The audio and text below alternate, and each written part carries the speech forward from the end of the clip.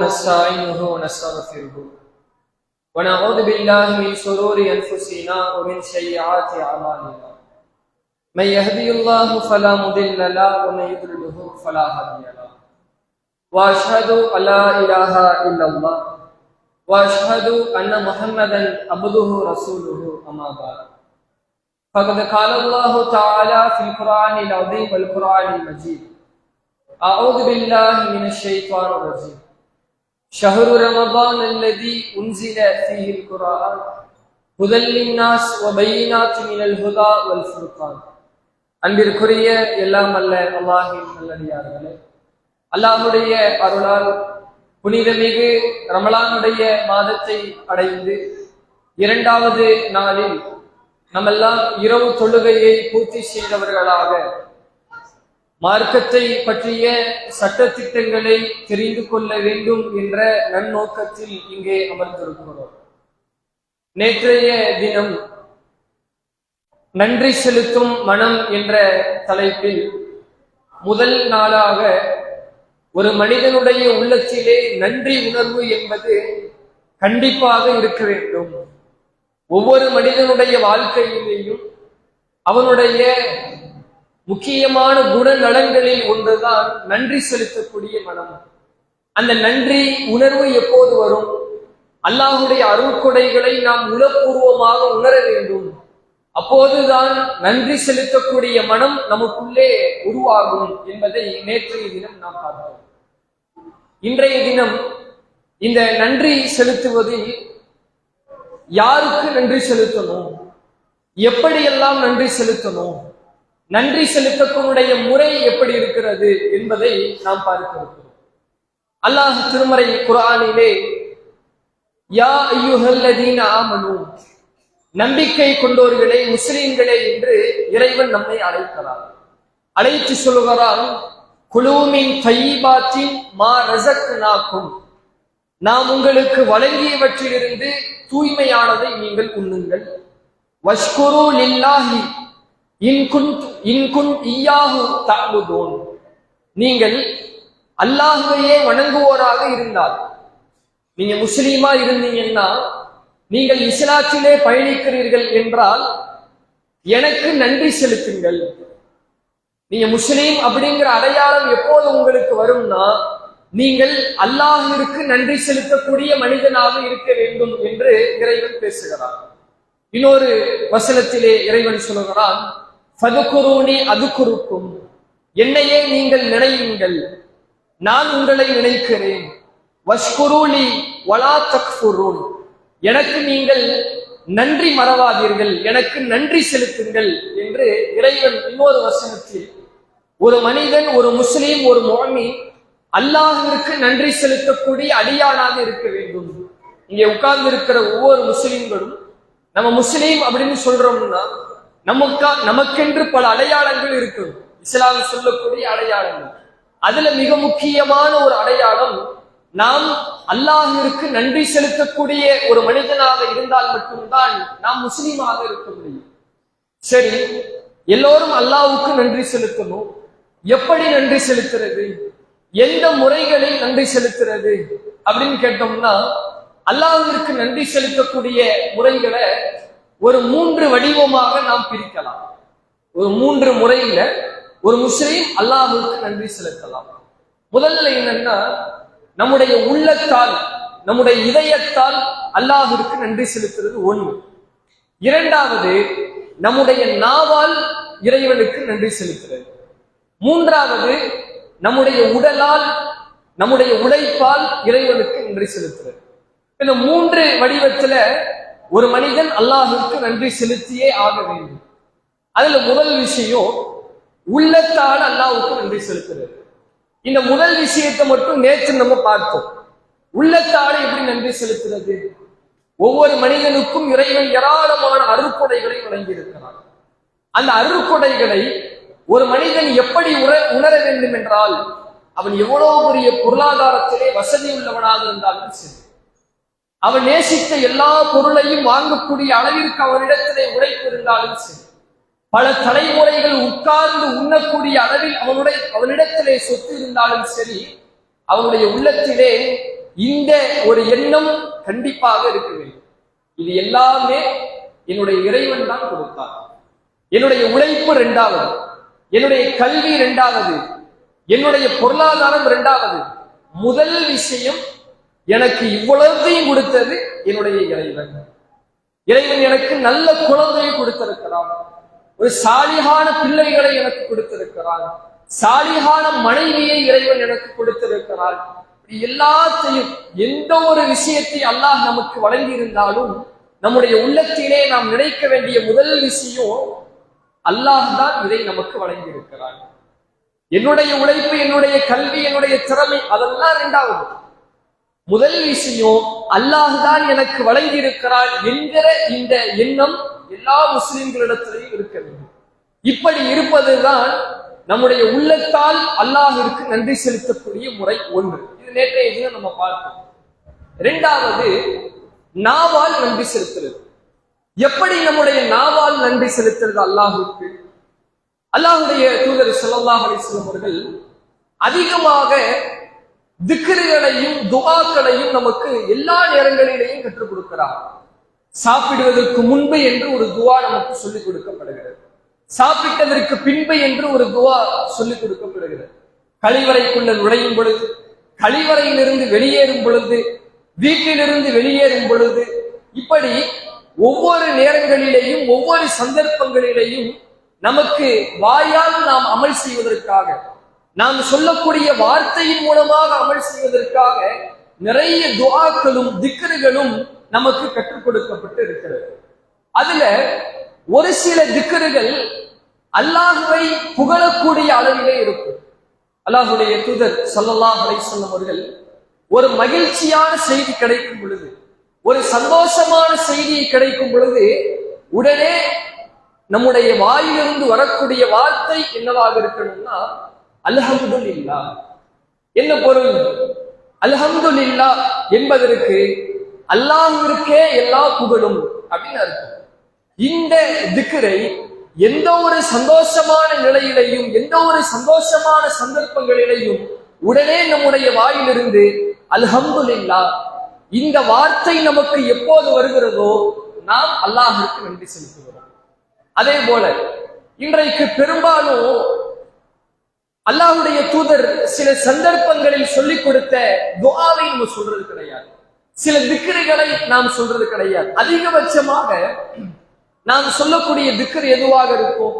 ஒவ்வொரு தொழுகை முடிந்ததற்கு பிறகும் சுப்ஹானல்லாஹ் 33 முறை, அல்ஹம்துலில்லாஹ் 33 முறை, அல்லாஹு அக்பர் 34 முறை, இந்த திக்ரை பெரும்பாலும் சொல்லுவோம்.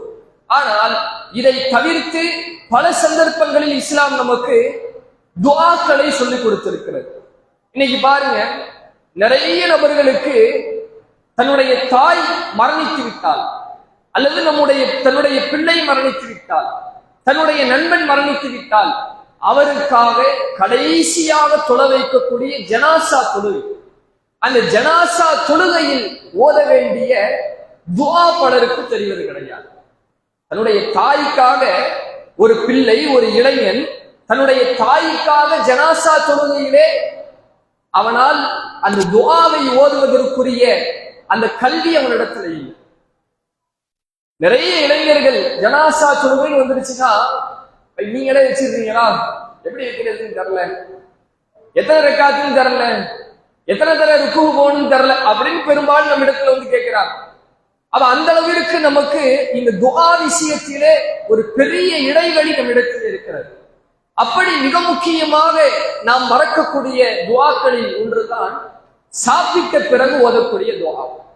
யோசிச்சு பாருங்க, எத்தனை நபர்கள் நாம் ஒவ்வொரு வேளையும் உணவை உண்ட பிறகு அல்லாஹ்வுடைய தூதர் கற்றுக் கொடுத்த துஆவை நம்ம சொல்றோம், திக்ரை நாம் சொல்றோம். யோசிச்சு பாருங்களேன், ரசூல் ஸல்லல்லாஹு அலைஹி வஸல்லம் அவர்கள் சொல்றாங்க, அத்தாயிமு ஷாகிர் மிஸ்லு ஸாயிமி ஸாபிர். ரசூலுல்லாஹ் சொல்றாங்க, உணவை உண்டுவிட்டு இறைவனுக்கு நன்றி செலுத்தக்கூடியவர், யாரெல்லாம் உணவை உண்டுவிட்டு அல்லாஹ்வுக்கு நன்றி செலுத்துகிறாரோ, அல்ஹம்துலில்லாஹ் அல்லாஹ்விற்கே எல்லா புகழும் என்று யார் சொல்கிறாரோ அவர் பசியை பொறுத்துக் கொள்ளும் நோன்பாளியை போன்றவராவார். எப்படிப்பட்ட ஒரு இடத்தை அல்லாஹ் கொடுக்கிறான் பாத்தீங்களா? அல்லாஹ்வுக்கு ஒரு மனுஷன் நன்றியோடு இருக்கிறான். உணவை உண்டுவிட்டு அல்ஹம்துலில்லாஹ் என்று சொன்னால் ஒரு நோன்பாளிக்கு சமமானவர். நோன்பாளினா என்ன? நோன்புனாலே தண்ணி குடிக்காம இருக்கும், சாப்பிடாம இருக்கும், எந்த கெட்ட செயலையும் ஈடுபடாமல் இருக்கும். இதுதான் நோன்பு. ஆனா இந்த நோன்பினுடைய கூலியை அல்லாஹ் எப்போது கொடுக்கிறான்னா, நீங்கள் சாப்பிட்டு விட்டு அல்லாஹ்விற்கு நன்றி செலுத்தினால் அந்த கூலியை அல்லாஹ் கொடுக்கிறான். இன்னைக்கு பெரும்பாலும் சொல்றது கிடையாது. இல்ல, ஏன் பெரும்பாலும் சொல்றது கிடையாது? இப்ப இருக்கிற காலத்துல சாப்பாடுக்கு யாரும் கஷ்டப்படல. சாப்பாடுக்கு யாரும் கஷ்டப்படுறது கிடையாது. கஷ்டப்படுறது கிடையாதுன்னா எப்படி? ஒரு நாளைக்கு 2 வேளை உணவு கிடைக்கிறது, 3வது வேளை உணவுக்கு என்று பொருளாதாரம் இல்லை. ஒரு நாளைக்கு 1 வேளை தான் உணவு சாப்பிடுறேன், அடுத்த 2 வேளை உணவுக்கு என்னிடத்துல பொருளாதாரம் இல்லை அப்படின்னு சொல்ல முடியுமா? முற்றிலும் குறைவு. அப்ப இந்த உணவு என்பது ஒரு இடத்துல 3 வேளை உணவா இருந்துச்சு, இப்ப அந்த 3 வேளை 4 வேளையா மாறிடுச்சு. அந்த அளவுக்கு உணவு என்பது அல்லாஹ் நமக்கு அவ்வளவு வரக்கத்தை கொடுத்திருக்கிறான். ஆனா நம்ம மறந்துட்டோம், இந்த உணவை ஒவ்வொரு நேரத்திலேயும் ஒவ்வொரு வேளையிலேயும் உணவை என்னுடைய இறைவன் தான் எனக்கு கொடுக்கிறான். நம்ம போய் சம்பாதிக்கலாம், நம்ம சம்பளம் வாங்கலாம், அந்த சம்பளத்தை வச்சு நம்ம கடைக்கு போய் நம்ம காசு கொடுத்து உணவை வாங்கிட்டு வந்து ருசியா சாப்பிடலாம். ஆனா நம்ம எல்லாரும் மறந்து விடுவது, இந்த பொருளாதாரத்தை, இந்த உணவை உண்ணக்கூடிய நிலைய அல்லாஹ் தான் எனக்கு கொடுத்தான், அல்லாஹ் தான் எனக்கு பரக்கத் செய்திருக்கிறான், அபிவிருத்தி செய்திருக்கிறான் என்பதை பல முஸ்லிம்கள் மறந்தோம். உணவினுடைய இந்த நிலை எப்போது தெரியுதுன்னா, இன்றைக்கெல்லாம் நமக்கு உணவு ஈஸியா கிடைச்சிருது, இலகுவாக கிடைச்சிருது. ஆனா பல நாடுகள் எடுத்தீங்களேன், உதாரணத்திற்கு எல்லா பயானையும் பேசுறது, இங்க இருக்கிற ஒவ்வொரு முஸ்லிம்களுக்கும் உதாரணமா யார சொல்றோம்? பாலஸ்தீன மக்கள். அந்த பாலஸ்தீன மக்கள் இஸ்ரேல் கடுமையாக போர் கொடுக்கிறது, பிஞ்சு குழந்தைகள் கொல்லப்பட்டார்கள், கொத்து கொத்தாக குடும்பங்கள் கொல்லப்பட்டது. எல்லா நேரங்கள்லையும் இறைவனுக்கு நன்றி சொல்லிக்கிட்டே இருக்கிறாங்க. பாருங்க, சில மாதங்களுக்கு முன்னாடி பாலஸ்தீனத்துல கடுமையான உணவு பஞ்சம் ஏற்படுகிறது, மிக கடுமையான உணவு பஞ்சம். எந்த அளவுக்குன்னா, ஒவ்வொரு நாடுகளில் இருந்தும் ஒவ்வொரு ஊர்களில் இருந்தும் எல்லா மக்களும் பாலஸ்தீனத்திற்கு உணவை அனுப்புகிறார்கள். அப்படி அனுப்பும் பொழுது எல்லா உணவையும் வரக்கூடிய எல்லா வண்டியும் இஸ்ரேல் என்ன செய்கிறான்? பாலஸ்தீனத்தின் பக்கம் போவிடாம தடுக்க. சமூக வலைதளத்தில் நம்ம வீடியோக்களை பார்க்கிறோம். ஒருவேளை சாப்பாட்டிற்காக சட்டியையும் கிண்ணத்தையும் தட்டையும் எடுத்துக்கொண்டு ஒவ்வொரு பிள்ளைகளும், பிஞ்சு குழந்தைகள் கதறிக்கொண்டு சாப்பாட்டிற்காக போகிறது. ஒரு வீடியோ பார்க்கிறோம், ஒரு பசியோடு ஒரு தாய் சாப்பாடை வாங்குது, சுட சுட சாப்பாடு இருக்குது.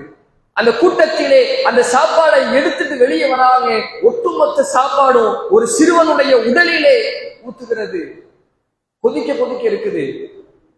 சிறுவன் அதெல்லாம் பார்க்கல, என்னுடைய சட்டியில சாப்பாடு வந்துருச்சா, என்னுடைய தட்டுல சாப்பாடு போடப்பட்டுருச்சா, அது போதும். அந்த சூளையெல்லாம் பார்க்கல, வாங்கிட்டு அவன் பாட்டுல போயிட்டு இருக்க. சாப்பாடு போடக்கூடியவர்கள் சாப்பாடு தீந்து விட்டது, மக்கள் கூட்டம் கூட்டமாக நிற்கிறார்கள், சட்டியை அடித்து அழுது கதறுகிறார். யாருக்கும் சாப்பாடு போட முடியலையே, பசியோடு நிற்கிறார்களே, யாருக்கும் உணவை கொடுக்க முடியவில்லையே, என்னிடத்திலே உணவு இல்லையே என்று கத்தி புலம்புகிறார். அந்த நேரத்தில் கூட அந்த பாலஸ்தீன மக்கள் பசியிலே கடுமையாக துன்பப்பட்டார்கள். அந்த நேரத்தில் அவர்களுடைய நிலையை பாருங்க, அவர்களுடைய வாயிலிருந்து வரக்கூடிய வார்த்தை ஹஸ்புன் அல்லாஹ், ஹஸ்பி அல்லாஹ், அல்லாஹ்வே எனக்கு போதுமானவன், அவனே எனக்கு அழகிய பொறுப்பாளர். அல்லாஹ்வை புகழ்கிறாங்க, அல்லாஹ்வை பாராட்டுறாங்க. சாப்பாடு இல்ல, உணவு இல்ல, ஒரு தாய் தன்னுடைய பிஞ்சு குழந்தைக்கு பால் கொடுப்பதற்கு தன்னுடைய உடலிலே சக்தி இல்ல, இருந்தாலும் கூட அல்லாஹ்வை மறக்கலையே. காரணம் என்ன? அதுதான் நன்றி உணர்வு.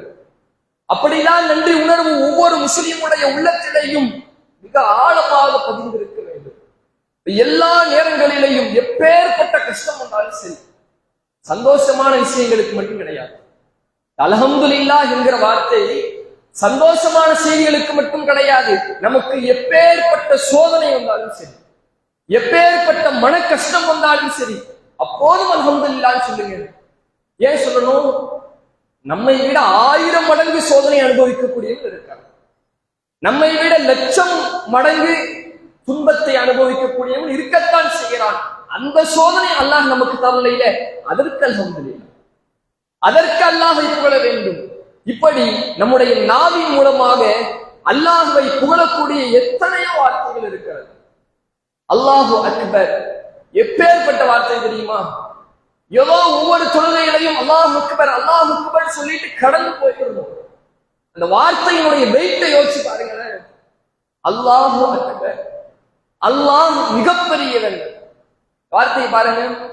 உலகத்துல எப்படிப்பட்ட கோடீஸ்வரனாக இருந்தாலும் சரி, உலகத்திலே அவன் எவ்வளவு பெரிய பொறுப்பிலே இருந்தாலும் சரி, நாட்டினுடைய ஜனாதிபதியாக இருந்தாலும் சரி, அவனை என்ன சொல்லுவான்? அல்லாஹ் தான் மிகப்பெரியவன். இந்த உலகத்தில் உள்ள எல்லா மனிதர்களும் சமம், எவன் ஒருத்தனுக்கு ஒருத்தன் மேல கிடையாது. அப்படி ஒருவன் மேலே இருக்கிறான் என்றால் அவன் அல்லாஹ், அவன் உயர்ந்தவன், அவன் தான் மிகப்பெரியவன். அவனுக்கு முன்னால் இந்த உலகத்தில் உள்ள எல்லோரும் அடிமை. அப்படி புகழுங்க. இந்த புகழ்ச்சியை நாம் என்றைக்கு நம்முடைய உள்ளத்திலே உளப்பூர்வமாக உணர்ந்து சொல்கிறோமோ, அன்றைக்கு நம்முடைய வாழ்விலே அந்த நன்றி உணர்வு என்பது ஆழ பதிந்துள்ளது. அப்ப நம்முடைய நாவின் மூலமாக அல்லாஹ்வை புகழக்கூடிய வார்த்தையை அதிகமாக சொல்ல வேண்டும். யூனுஸ் நபி அவர்கள் அல்லாஹ்விடத்திலே ஒரு பிரார்த்தனை செய்தார்கள்.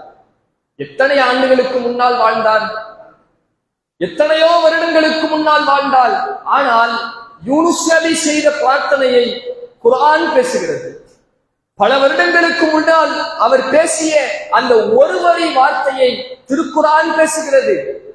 நபிகள் நாயகம் சொல்கிறார்கள், நீங்கள் ஒரு பிரார்த்தனை செய்ய போறீங்கன்னா, உங்களுக்கு ஏதாவது ஒரு தேவை ஏற்படுது, அல்லாஹ்விடத்தில் நீங்க கேட்க போறீங்க அப்படின்னா, யூனுஸ் நபி கேட்ட அந்த துஆவை கேட்டுவிட்டு உங்களுடைய தேவைகளை நீங்கள் கேளுங்கள். அப்படி கேட்டால் இறைவன் உங்கள் தேவையை மறுக்காமல் இருக்க மாட்டான். யூனுஸ் நபி செய்த அந்த பிரார்த்தனையை நீங்க ஓதிட்டு உங்களுடைய தேவையை கேட்டீங்கன்னா, கண்டிப்பாக இறைவன் உங்களுடைய தேவையை எப்படியாவது ஒரு சூழ்நிலையை பூர்த்தி செய்து விடுவார். அந்த அளவுக்கு வைத்து. ஏன், என்ன காரணம்? யூனுஸ் நபி அவர்கள் பிரார்த்தனை செய்தார்கள், லா இலாஹா இல்லா அன்த, உன்னை தவிர வணக்கத்திற்குரியவன் யாரும் இல்லை. சுப்ஹானக, நீ தூயவன், பரிசுத்தமானவன். இன்னீ குன்தும் மினல் வாலிமீன், நான் தான் அநியாயம் செய்தவர்களில் ஒருவனாகிவிட்டேன். வார்த்தையை கவனிங்க. இறைவா நீ பரிசுத்தமானவன். அல்லாஹ்வை புகழ்கிறார்கள், அல்லாஹ்வுக்கு நன்றி செலுத்துகிறார்கள். அப்படிப்பட்ட அந்த பிரார்த்தனை வரியை இன்றைக்கும் திருமறை குர்ஆன் பேசுகிறது. எத்தனையோ ஆயிரங்கள் வருடங்கள் கடந்து விட்டது, இருந்தாலும் இன்றைக்கும் பேசப்படுகிறது என்றால், நாம் சொல்லுகிற வார்த்தை அல்லாஹ்வை புகழக்கூடிய வார்த்தையாக இருந்தால் அது இறைவனுக்கு நன்றி செலுத்துவதில் ஒன்று. இது 2. மூன்றாவது, நம்முடைய நன்றி செலுத்தக்கூடிய அந்த தன்மை நம்முடைய உடலால் செலுத்தக்கூடிய ஒரு நிலை, அதையும் ஏற்படுத்தும். எப்படி உடலால நன்றி செலுத்துறது? அல்லாஹ்வுடைய தூதர் ஸல்லல்லாஹு அலைஹி வஸல்லம் அவர்கள் இரவு நேரத்திலே நின்று தொழுவார்கள்.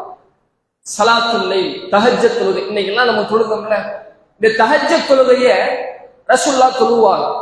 இது பெரும்பாலும் தஹஜ்ஜத் தொழுகை அப்படின்னா ரமலான்ல தொழுகிறது அப்படின்னு நினைச்சுக்கிட்டு இருக்கோம். ரமலான்ல மட்டும் தொழுகிறது கிடையாது. ரமலான்லயும் ரமலான் அல்லாத மாதத்திலையும் தொழுகிறது தான் தஹஜ்ஜத் தொழுகை. ரசூலுல்லாஹ் தஹஜ்ஜத் தொழுகை தொழுவாங்க. எப்படி தொழுவாங்க தெரியுமா? ஆயிஷா ரலியல்லாஹு அன்ஹா ரசூலுல்லாஹ்வுடைய மனைவி சொல்றாங்க, அல்லாஹ்வுடைய தூதர் இரவு நேரத்திலே நின்று தொழுகும் பொழுது அவர்களுடைய கால் பாதங்கள் வெடிக்கும், அவர்களுடைய கால் பாதங்கள் வீங்கக்கூடிய அளவிற்கு ரசூலுல்லாஹ் தொழுவாங்க. அப்ப ஒரு நாள் ஆயிஷா ரலிக்கு ஏன் இப்படி தொழுவணும், நம்மள மாதிரியா ரசூலுல்லாஹ் நிறைய அமல் செய்யணுமா? முன் பாவம் மன்னிக்கப்பட்டுருச்சு, பின் பாவம் மன்னிக்கப்பட்டுருச்சு. ரசூலுல்லாஹ் எப்ப மௌத்தானாலும் நேரடியா சொர்க்கம் தான் வாக்கு கொடுக்கப்பட்டுருச்சு. ஆயிஷா அவளுக்கு சந்தேகம், ஏன் இப்படி தொழுவணும், கால் பாதங்கள் வீங்குகிற அளவுக்கு ஏன் தொழணும் அப்படின்னு சந்தேகம். ஆயிஷா அவளை கேட்டுடுறாங்க, ஏன் உங்களுக்கு தான் முன்பாவம் பின்பாவம் மன்னிக்கப்பட்டிருச்சே, ஏன் நீங்கள் கால் பாதம் நீங்குகிற அளவுக்கு தொழ வேண்டும்னு கேட்கும் பொழுது ரசூலுல்லாஹ் சொன்ன வார்த்தையை பாருங்க, அஃபலா அகூனு அப்தன் ஷுக்கூரா, என்னுடைய இறைவனுக்கு நான் நன்றியுள்ள அடியானாக இருக்க வேண்டாமா? எப்படிப்பட்ட வார்த்தை பாத்தீங்களா? கால் பாதங்கள் கடுக்க கடுக்க வீங்கும் அளவிற்கு ஒரு நபி, முன்பாவம் பின்பாவம் மன்னிக்கப்பட்ட ஒரு தூதர் தொழுகிறார், காரணம் சொல்லுகிறார், என்னுடைய இறைவனுக்கு நான் நன்றியுள்ள அடியானாக இருக்க வேண்டும் அல்லவா? நம்முடைய நிலையை பாருங்களேன், இத்தனை பேர் இரவு தொழுகைக்காக உட்கார்ந்து இருக்கோமே, இந்த தொழுகை உங்களுக்கெல்லாம் கடமையா? இந்த தொழுகை நீங்க தொழலைன்னா நரகத்துக்கு போயிருந்தீங்களா? போக மாட்டீங்க. இன்றைக்கு நீங்கள் வந்து தொழுத இந்த 8 ரக்காத்து தொழுகையும் ஒரு சுன்னத்து தான். ஆனால் இதுக்கு கொடுக்கிற முக்கியத்துவத்தை ரமலான் மாதம் முடிந்து விட்டால் கடமையான தொழுகைக்கு கொடுக்கிறது இல்லையே. இங்க உட்கார்ந்து இருக்கிறதுல ஒரு 15 நபர்கள், 10 இருந்து 15 நபர்கள் தான் எல்லா நாட்கள்லையும் கடமையான தொழுகைக்கு வருவீங்க. சில பேரை பார்க்கலாம், ரமலான் மாசத்துல மட்டும் 30 நாளைக்கு பாய பள்ளிவாசல் பார்க்கலாம். முதல் சஃபுக்கு வருவாரு, இகாமத்து சொல்லுவாரு, பாங்கு சொல்லுவாரு, குர்ஆன் ஓதுவாரு. ரமலான் மாசம் 1லிருந்து 30 வரைக்கும் பள்ளிவாசல்ல எந்நேரம் இமாம கூட பார்க்க முடியாது, அவரை பார்க்கணும். ரமலான் மாசம் முடிஞ்சிருச்சுன்னா அவர் ஏதோ வெளிநாட்டுக்கு போயிட்டாருன்னு நம்ம நினைச்சிருப்போம். சில நேரங்கள்ல அவரை பார்க்கும் பொழுது, பாய்மலை போன ரமலான்ல பார்த்தேன், வெளிநாட்டுக்கு போயிட்டு இப்பதான் லீவுக்கு வரீங்களான்னு கேட்டா, இல்ல இல்ல பாய், இங்கதான் நான் வேலை செஞ்சுட்டு இருக்கேன் அப்படின்னு சொல்லுவாரு. அது ஒரு ரமலான்ல இருந்து அடுத்த ரமலான் வரைக்கும் கடமையான தொழுகை அப்படிங்கிறது எல்லாமே இன்றைக்கு போயிடுச்சு. இப்படி இருந்தோம்னா இறைவனுக்கு நாம் எப்படி ஒரு நன்றி உள்ள அடியானாக இருக்க முடியும்? முதல் விஷயம், நம்முடைய உடலால் நாம் அல்லாஹ்விற்கு நன்றி செலுத்த வேண்டும் என்றால், நம்முடைய செயல்பாடுகளால் நாம் அல்லாஹ்விற்கு நன்றி செலுத்த வேண்டும் என்றால், முதலில் தொழுகையை தொழ வேண்டும். இந்த தொழுகை என்பது எவ்வளவு முக்கியத்துவம் என்றால், நாம் இப்போது மரணித்து விட்டால் நாளைக்கு அல்லாஹ் நம்மை எழுப்பும் பொழுது நம்மிடத்திலே கேட்கக்கூடிய முதல் கேள்வி தொழுகையை பற்றித்தான். உங்களுடைய மரணத்திற்கு முன்னால் நீங்கள் தொழுகையை பேணிக் கொள்ளுங்கள். இன்றைக்கு ஒரு மிக கவலையான ஒரு செய்தி, ஒவ்வொரு நாளும் நம்முடைய பள்ளிவாசல்களுக்கு எந்நேரமும் வரக்கூடியவர் ஒவ்வொரு நாளும் பள்ளிவாசல் வாசல் உட்கார்ந்து இருப்பார். நினைத்து பார்க்கவில்லை, அவர்களுடைய குடும்பம் நினைச்சிருக்க மாட்டார், நாம் நினைச்சிருக்க மாட்டோம், திடீரென்று மரணித்து விட்டார். ரொம்ப நாள் உடல் முடியாமல் இருந்தாரா? ரொம்ப நாள் கஷ்டப்பட்டாரா? வயசாயிடுச்சா? இல்ல, நல்லா இருந்தாரு, நன்றாக பேசிக்கிட்டு இருந்தாரு, நோன்பு கஞ்சி வாங்க வந்தாரு, நல்லா பேசிக்கிட்டு இருந்தாரு, திடீர்னு மரணிச்சாரு. ஒரு நொடி தான். எவ்வளவு பெரிய கவலையான செய்தி. யாருமே யோசிச்சு பார்க்கலையே, யாருக்குமே தெரியலையே.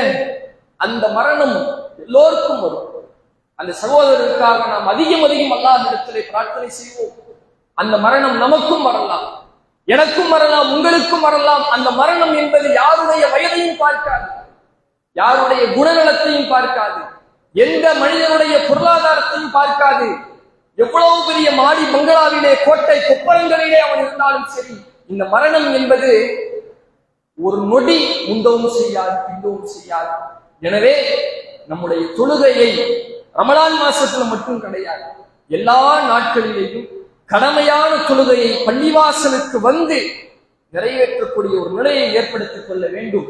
ரமலான் மாசம் எப்படி பள்ளிவாசல் நிறைந்து ஜொலிக்கிறதோ அதே போல ரமலான் முடிந்ததற்கு பிறகும் பள்ளிவாசல் ஜொலிக்க வேண்டும்.